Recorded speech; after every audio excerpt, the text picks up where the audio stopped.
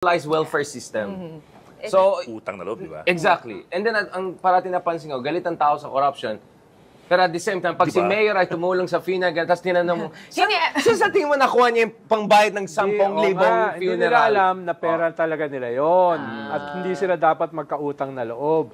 So, bumabalik ka sa pre-modernity. Exactly. Feudalistic system. Sa isang feudal system. No? Backwards. May pre-modernity tayo. Tanong dyan, how did we ever really get out of that system? Because modernity is about Institutions, impersonality. At dahil hindi nagagawa yan ng isang modern system, bumabalik ka dun sa feudal system. Pinamimigay, yan yung assistance to individuals in crisis situations.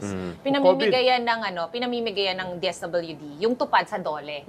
Yung mga kunyari, one-day job, di ba? 500 per day. Labor yan, yeah, yung emergency mga work. street sweeping, parang pwede mo silang kontratahin. So Ronald, ano mas maganda? Ganun ba yung street Yung sweep?